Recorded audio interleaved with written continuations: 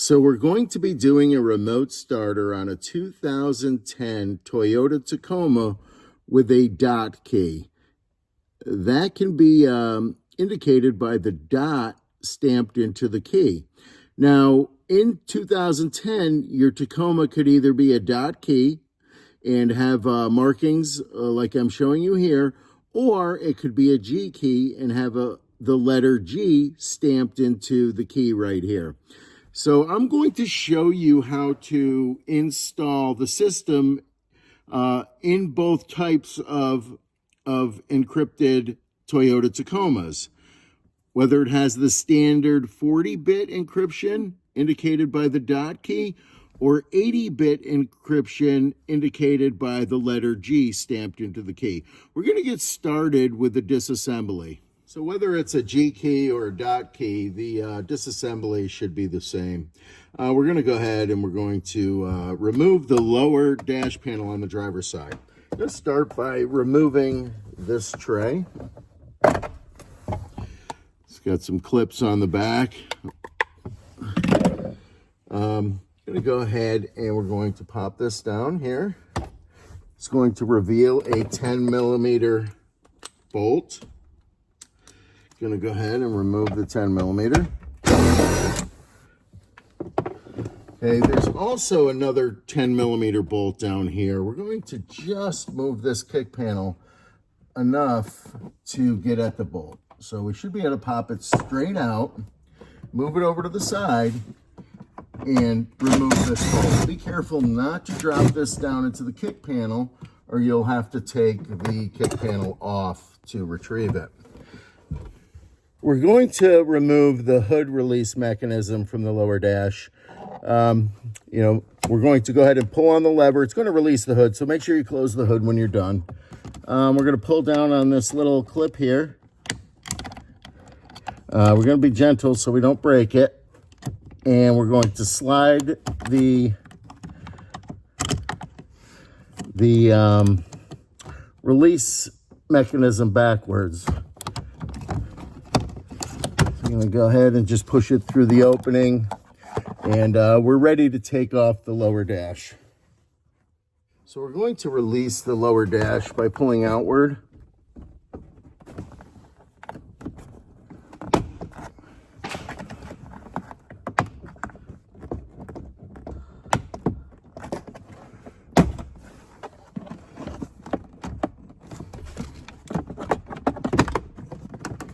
Wiggle it a little bit if it's stuck.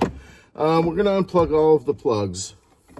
I'm going to go ahead and unplug each plug. Now they should only plug back in one way. I'm going to pop this wire off here on this holder.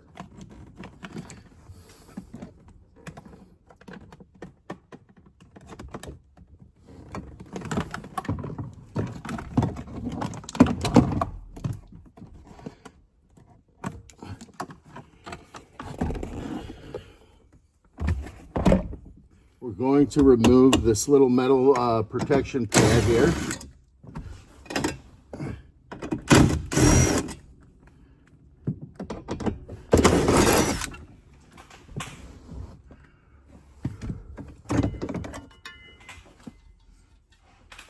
We're going to remove the steering column cover plastic. You probably have to unlock the steering. Just going to turn the key on a little bit.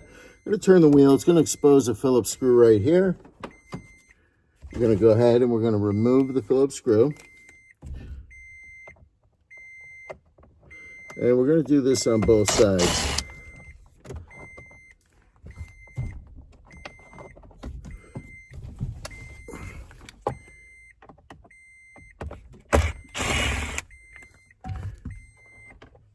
I'm going to recenter the wheel. Shut the key off and remove it from the ignition. Go ahead and release this plastic. What I like to do is push on the side with my thumb, right on the seam, and then wiggle it, and it will release.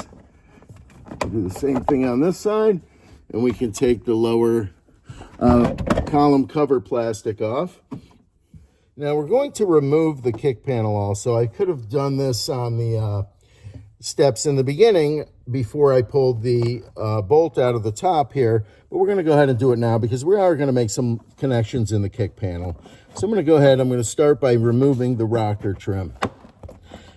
So we're going to get under it, pull up,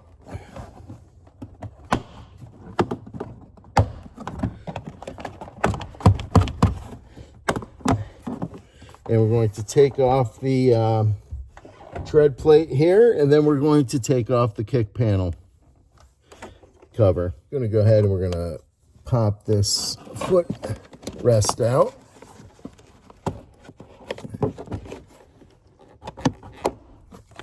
Little clips on the back that lock into clips on the vehicle. With that out, we're going to go ahead and we're going to remove this plastic nut here that holds the back of the kick panel on.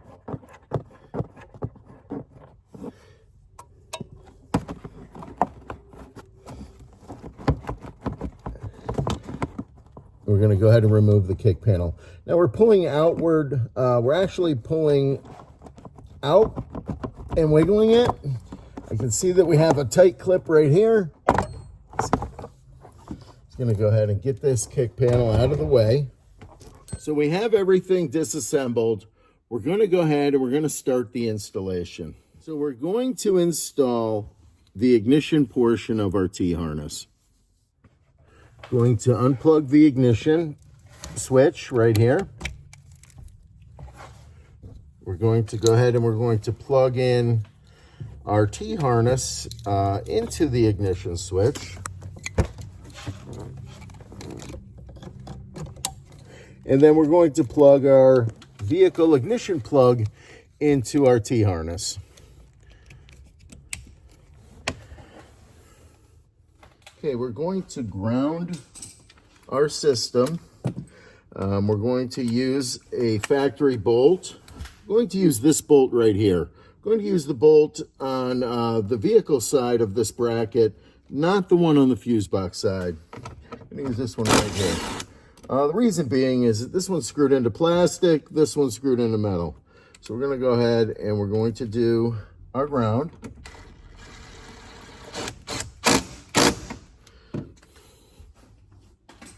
So the schematic that you will receive with your device is the raw schematic. It shows you how to do the job without a T-harness, just making it connections. So I'm going to show you the required connections first.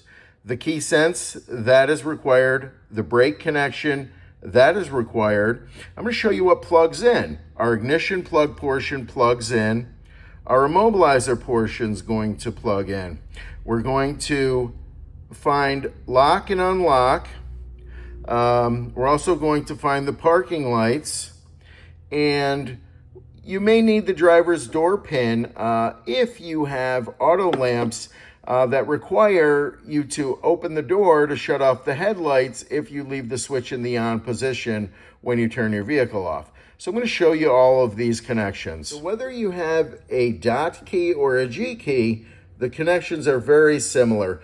I believe the only thing that's different are the shapes of the plugs and very, very minor differences as far as connecting the locks, unlocks, brake and parking lights, key sense go. So we're going to start with the key sense and the immobilizer. So we're going to do the key sense connection, and then we're going to do the immobilizer plug-in connection. So we're going to do our immobilizer connection on our dot key application. Now, if you're doing a G key, you do not make any connections at the immobilizer plug. As a matter of fact, you will not have a harness to plug into the immobilizer because connection is not required on a G key system. So we've located the immobilizer on the ignition switch. We're going to go ahead and we're going to unplug the immobilizer plug.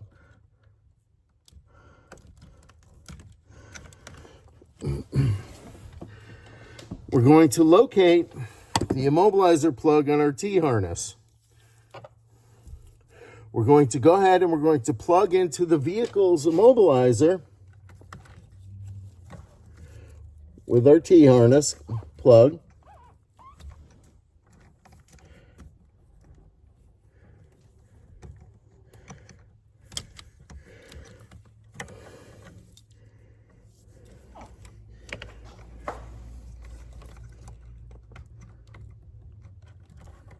going to make sure it clicks and locks. Now we're going to plug the immobilizer plug that was plugged into the immobilizer into the other side of our T-harness. Again, making sure it clicks and locks. Now we're going to move on to the key sense connection. This is a wire-to-wire connection, but it's very easy. So we're making our key sense connection at the key sense wire located on the ignition switch. So our key sense plug is located right here. We're going to go ahead and we're going to unplug it. So we trimmed the plastic back a little bit to give us room on the wire. The wire that we're going to connect to is green with a black trace. So we're going to go ahead and we're going to make our connection. We're going to use what's called a posi-tap connector. This is a toolless, solderless connector that will allow us to make a simple connection very easily to this wire. So we're going to go ahead and we're going to unscrew the tap. We're going to have a piece with a groove, piece with a needle. We're going to take the wire and we're going to put the groove piece over our wire and staying back from the plug a little bit. We're going to screw the needle portion back on the tap, and when we tighten it down, the needle's going to pierce the insulation and provide a connection point into the wire. We don't want to crank it really tight. Just bring it down until it stops. If you crank it too tight, it's not going to work. It damages the connector. So in order to make our connection with our white wire with a black stripe, we're going to loosen the collar. Now, your white wire with a black stripe is located right next to your immobilizer plug. If you're doing a dot key application, you will have this wire. If you're doing a G key application, you will not have this wire as it is not needed. Now, we're going to strip 1/8 to 1/4 of an inch off of the wire. We're going to push the wire into the posi-tap collar after we loosen it a turn. And we're going to feel it bottom out, and then we're going to push it in deeper and tighten the collar.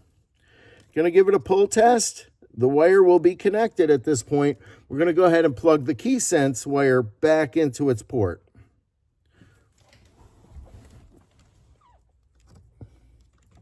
So again, G key applications do not require the immobilizer plug or the key sense wire.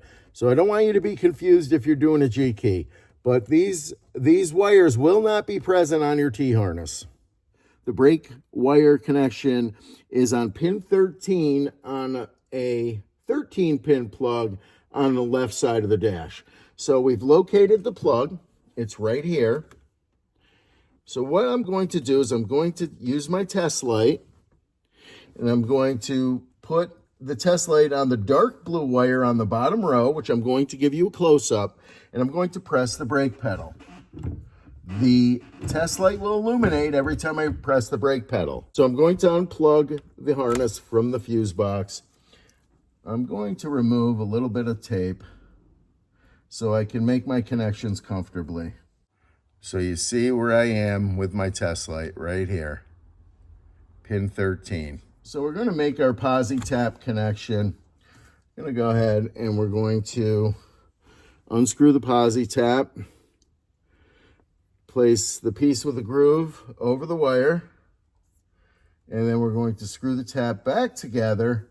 Again, don't screw it together really tight. Just bring it down until it bottoms out on the wire, and that's it. If you go too tight, it's going to make the tap not work. So we're going to locate our black wire. Now this will be the same.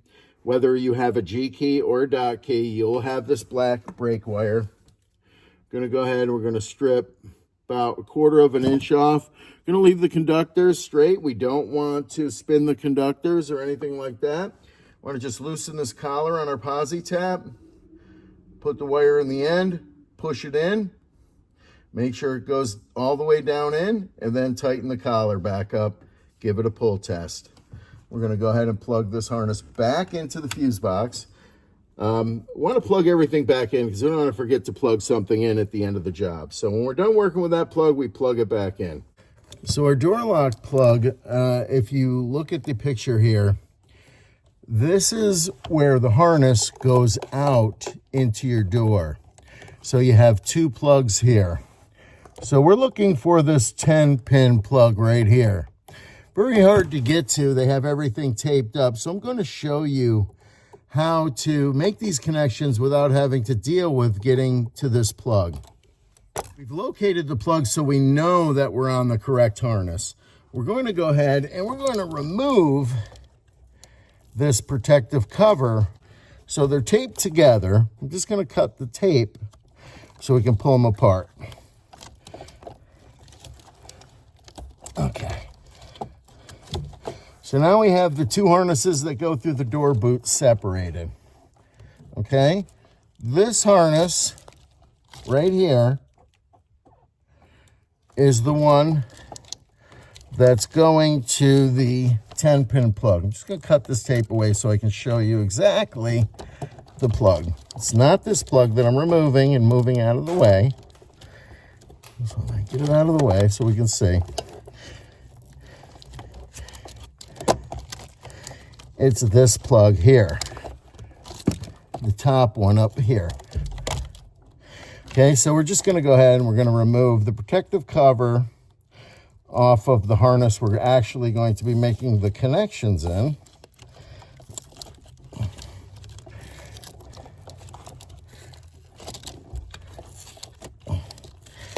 Okay. So there we go. There's smaller gauge wires in here. These are the wires we want right here. So if you're looking at the schematic, it's going to give you the pin locations in the plug, but we can barely see the plug. So we're going to use our test light. This light is called the Handy Hooker.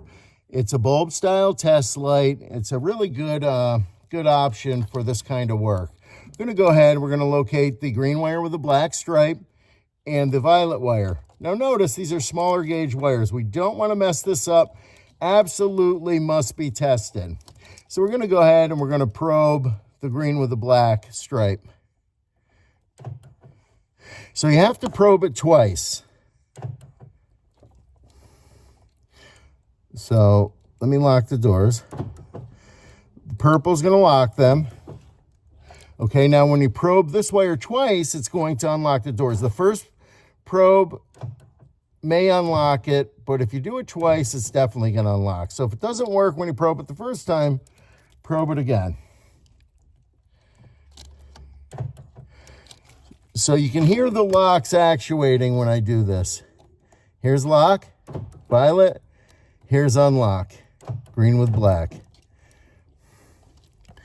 So we're going to apply our posi taps to the lock and unlock wires. We're going to go ahead and unscrew the taps, put the groove piece over the wire, and screw the tap back together.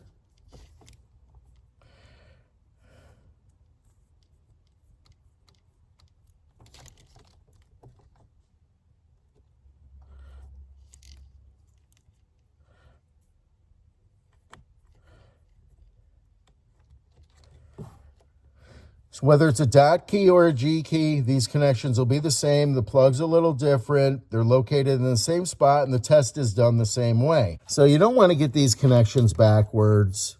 We're going to do purple is lock, purple and white is unlock. So we're going to go ahead and we're going to strip our wires 1/4 of an inch. And we're going to go ahead and we're going to connect our purple first. So we're going to go purple to purple here. So I'm going to unloosen the collar, the wire in, push it down, tighten the collar, give it a pull test. And I'm going to go ahead and I'm going to do the purple with white to the green and black.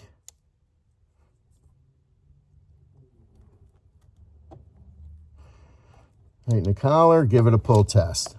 So our lock wires are connected. We're going to move on. Okay, so we're back at the steering column up here. Here's the directional switch. We're going to make our parking light connection.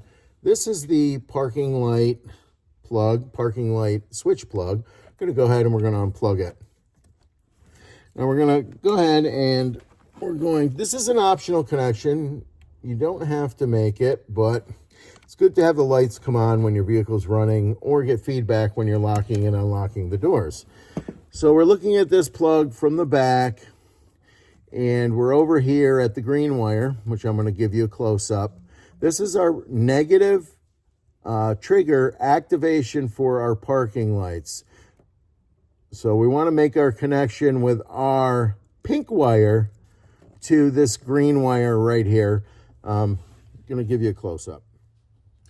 So it's right here, this green wire at pin 18. We're going to go ahead and connect our pink wire from our unit to the green wire to activate our parking lights when the engine is running in remote start mode and when you lock and unlock the doors. So we're going to locate our pink wire on our T-harness. We're going to route it up to the parking light switch plug. We're going to apply a posi tap to our green wire.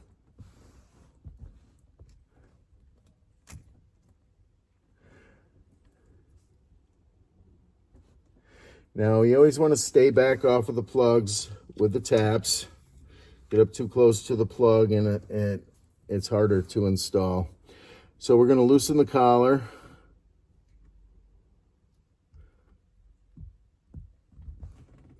Push the wire in. Tighten the collar. Give it a pull test. Plug the plug back in.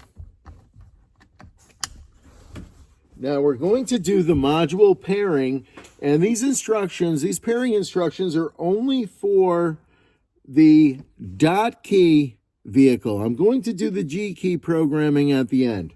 So this is for dot key applications only. So what we're going to do, we're going to need the key to the vehicle. We're going to locate the program button on our device. We're going to hold the program button down while we plug in the 6-pin power plug. When we do this, there's 3 LEDs. There's a yellow, a red, and a blue. They will begin to cycle. We want to release this program button when we have a red LED lit. So I'm going to hold it down. We would release on red. If we keep holding the button down, the lights will continuously cycle. We want to keep the button down till we have a solid red, release the button. If we make a mistake, we can unplug it and repeat the procedure. So we're going to release on red. Okay, now we're going to plug our 20 pin in. Now, if this was a G key application, you would have an additional plug on the back, but it's not. It's a standard or dot key application. So we have both of our plugs plugged in. We're going to go ahead, we're going to place the key in the ignition, and we're not going to turn the key on. We're just going to place it into the ignition. So we're going to slide the key in.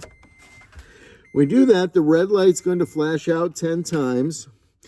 This is an indication that the device has been paired to the vehicle. We're going to remove the key from the ignition. Okay, so now it's time to test our device. So this system comes with a single button remote and an antenna. We're going to go ahead and we're going to plug our antenna into the device. We're going to locate our blue port. We're going to plug our blue plug into the blue port. Now, if you purchase this system from me, I will pair whichever antenna you get with your system to the device. If you're not purchasing it from me or you're changing remotes or upgrading, then you'll have to do a pairing process. I have a lot of videos on the pairing process. If you're buying something from me, you can text me. There's a number on each module, and I'll send you the appropriate videos that you need. But this has already been paired, so I'm not going to go into the pairing instructions because if you're buying it from me, it's going to be paired. I only sell it with some type of remote because you can't do 3-lock starting on the Tacoma and keep the OEM remote active during remote start through data. So you pretty much have to have a remote.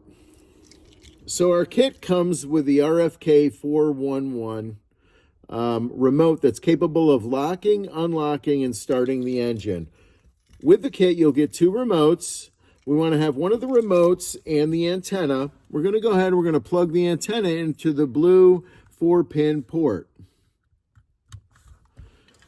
The antenna has been paired before purchasing, so there are no pairing steps required for the antenna. We're going to go ahead and we're going to send a lock command. Now, go ahead and listen to the doors locking. So we're going to press once, release. Our doors are going to lock. we're going to press twice, our doors are going to unlock. And the way it unlocks the driver's door, and then it unlocks the passenger door. So the priority door locks are not set. It's set to unlock all of the doors. To start the vehicle, we're going to press and hold for 3 seconds.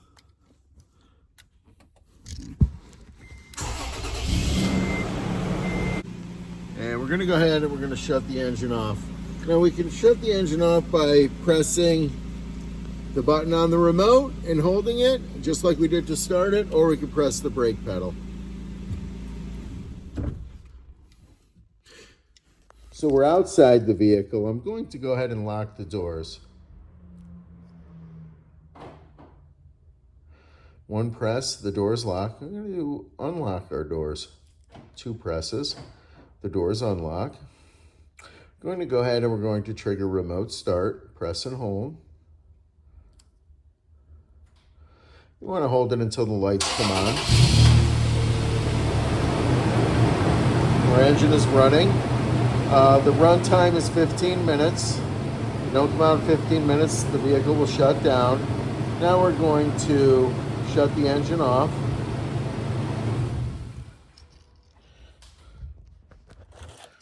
Okay, so I'll just go over. Show you the locking. There's lock. You can see the door lock on the passenger door. There's unlock. To drive the vehicle after remote starting it, I'm going to activate remote start here. So you're going to enter the vehicle. You're going to place the key in the ignition. Turn the key to the on position. Ignition's actually labeled on. You're going to turn it to the on position, and then you're going to press the brake pedal. When you do this, the remote starter is going to turn off, but because the key's in and on in the correct position, the vehicle will continue to run. At this point, you'll just drive away. So I'm going to show you where the horn connection can be obtained on the unit. There's an orange wire with a black stripe. It's banded up to the unit. That's for the horn. Using the 411, the horn's not going to sound, so that wouldn't be used with this kit with the RFK411. But if you wanted a panic feature from an aftermarket remote, you would connect to the horn wire. I'm going to show you on the vehicle where this connection. Okay, so usually what I do is I sound the horn, make sure the horn works. Then I locate the plug. This is the plug right here. It's a black plug. We're going to go ahead, we're going to unplug the plug. And then we're going to sound the horn again. Or try to sound it. It doesn't sound, so we know we got the right plug. So black plug, pin 8, green with red. So we're looking at pin 8 right here. There's a green with a red stripe. I'll give you a close-up after I'm done here, identifying it. You know, we can use the test light and we can sound the horn with the test light. We know we're on the right wire. I'll give you a visual of the wire also. So right here, green wire, red stripe. Okay, I'm gonna touch on the last connection that you may need before I switch over to the G key instructions. So if you are driving your vehicle and you like to leave your headlight switch in the on position, I'll show you. So you have your headlight switch in the on position, you come to your destination, you shut your vehicle off, you remove the key, your lights are still in the on position. Now, when you open the door, the lights will shut off. So if you like to leave your light switch in the on position, you don't want to turn your light switch off when you shut the key off, then you're going to want to make the last connection. Now watch, when I open the door, I'm going to open the door, watch what the lights do. Okay, so you see the lights there, and I'm making it so you can see on the dash and outside. So I open the door, immediately all the lights turn off. So there's a wire on the unit to do that. The connection's kind of a pain. It's up behind the fuse box. So we're going to obtain the door pin wire. This is what lets the vehicle know the door is opened. The back of the BCM fuse box, and we make the connection. So I'm going to show you where that connection can be obtained. In order to get the plug on the back of the fuse box here, we're going to go ahead and we're going to remove some 10mm bolts.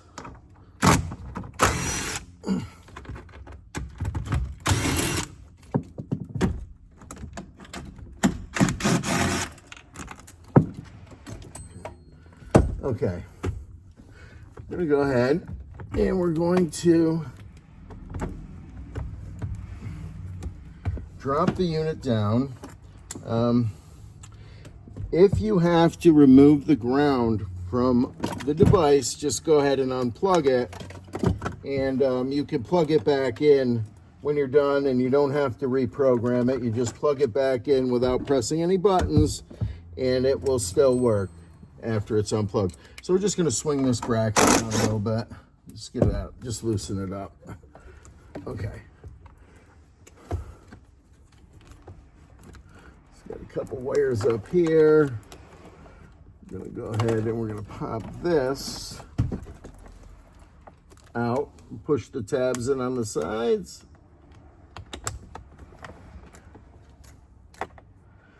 This will come out. Now that will allow us to get to the back of this fuse box, and we're going to go ahead and we're going to find our plug. Okay, so we're going to unplug this plug right here, the top, and that'll let us pull it down. These are aftermarket wires. I don't know what that is. I'm kind of working around them. And we're going to go ahead and we're going to unplug our door pin switch plug. Okay, so with the fuse box down, this is the plug we're looking for right here. We're going to go ahead, going to press in the clip and pull the plug out.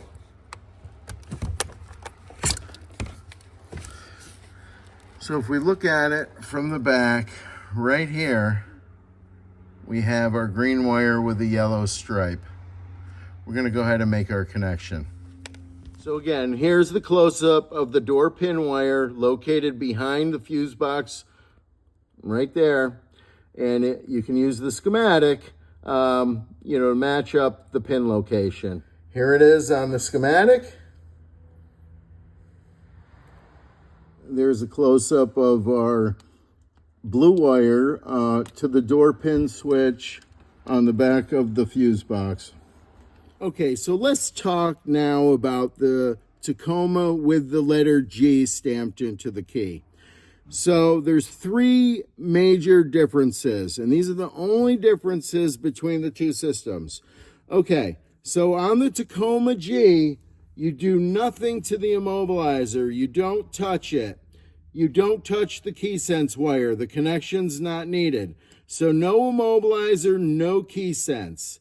Instead of the immobilizer and the key sense, you have a diagnostic plug T-harness. The anti-theft interface for the 80-bit encryption is done at the diagnostic plug. You will also have an additional white plug on the back of the EVO that's going to have to be plugged in. So you'll have this plug on your harness. I'm going to show you how to install the diagnostic plug. The other difference is the programming or the pairing process. You're not going to do the standard key pairing. It's different for the G key. What I'm going to do is I'm going to substitute in G key pairing instructions at the end of the video, but it will be from another vehicle. It will not be from the vehicle I'm working on because this is a standard key. Other than that, the job is identical. Every other connection is the same, and when you get the schematic, you'll see that. So I'm going to go ahead and show you how to install this diagnostic plug T-harness. And again, this only applies to the G-key systems, and with the G-key systems, you will not get your immobilizer plug on your harness. You will not have the immobilizer plug with the key sense wire. This will not be there. This will be used instead. Okay, so we're going to go ahead. We're going to pop out the diagnostic plug. So you locate the diagnostic plug. There's ears on the side. You push the ears in and pop the plug out. So we'll go ahead and we'll push this in, push it back, and take the plug out.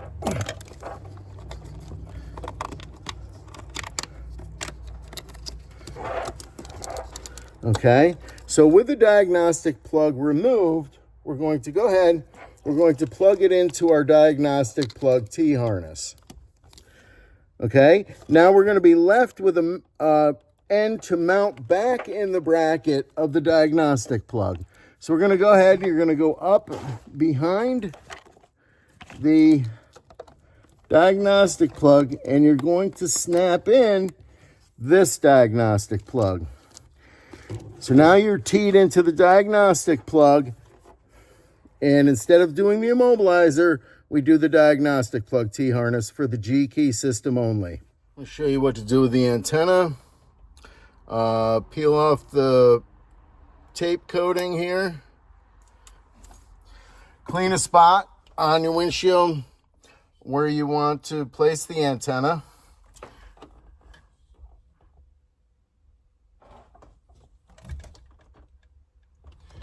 Antenna. Now we're going to take the wire, we're going to get it up under the headliner.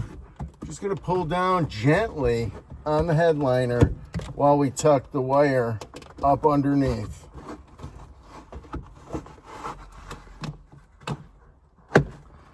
We're going to get the wire up over to the A-pillar right here. I'm going to use a plastic tool from this point.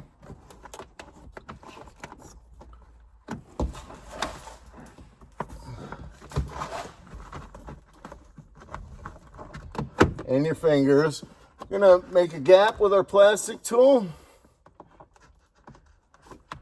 Put the wire in the gap.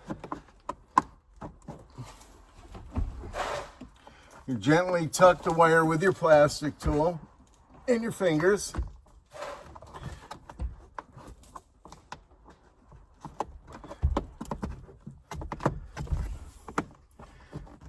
So we're gonna get the wire over to the trim here.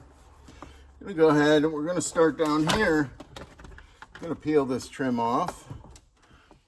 Some of them have glue, so don't get it all in the glue.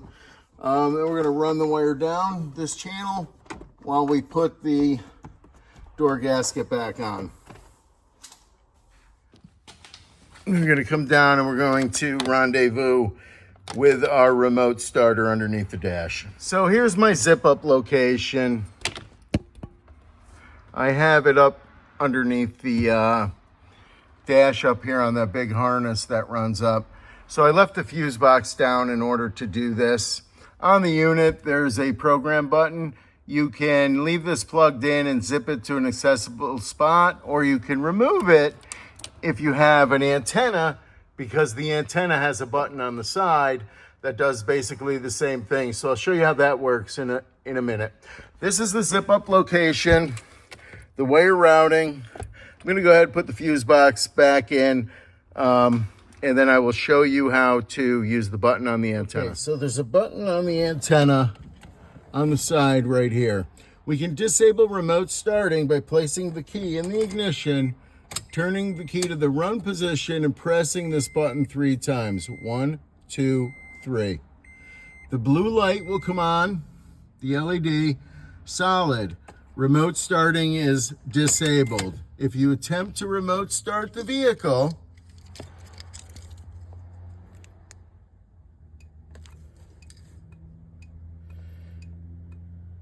it'll give you flashes indicating that remote starting is disabled. The keyless entry will still function. So it only disables remote starting. So now, to re-enable remote starting, place the key in the ignition. Make sure you turn it to the run position. The dash lights look like this. Press the button 3 times. 1, 2, 3. The light will turn off. Now you shut the key off, remove it from the ignition, and you are able to remote start the vehicle again. Shut the engine off. So we're outside the vehicle and we're looking at the antenna. It will blink the blue light while the doors are locked and the key is off. Obviously, it's not going to do it when you're driving the vehicle. But when you lock your vehicle up, the blue light will blink. Kind of a nice theft deterrent. They see the blue light blinking, there's an alarm on that car, and they move on and they go rob somebody else. So I'm just going to give you a tour here for the wire routing. We came across here with our wires, and I went down behind the fuse box here, ultimately to have the unit where I showed you up on top of the fuse box over here. Trying to get a better picture from underneath. So you can see the unit up there with the single zip around it with a white sticker on it. Now, zip up is personal preference. It's a little tight under here. So a lot of times people say, oh, you didn't show me the zip up. Well, this is the zip up. And that's where it ultimately winds up on the top.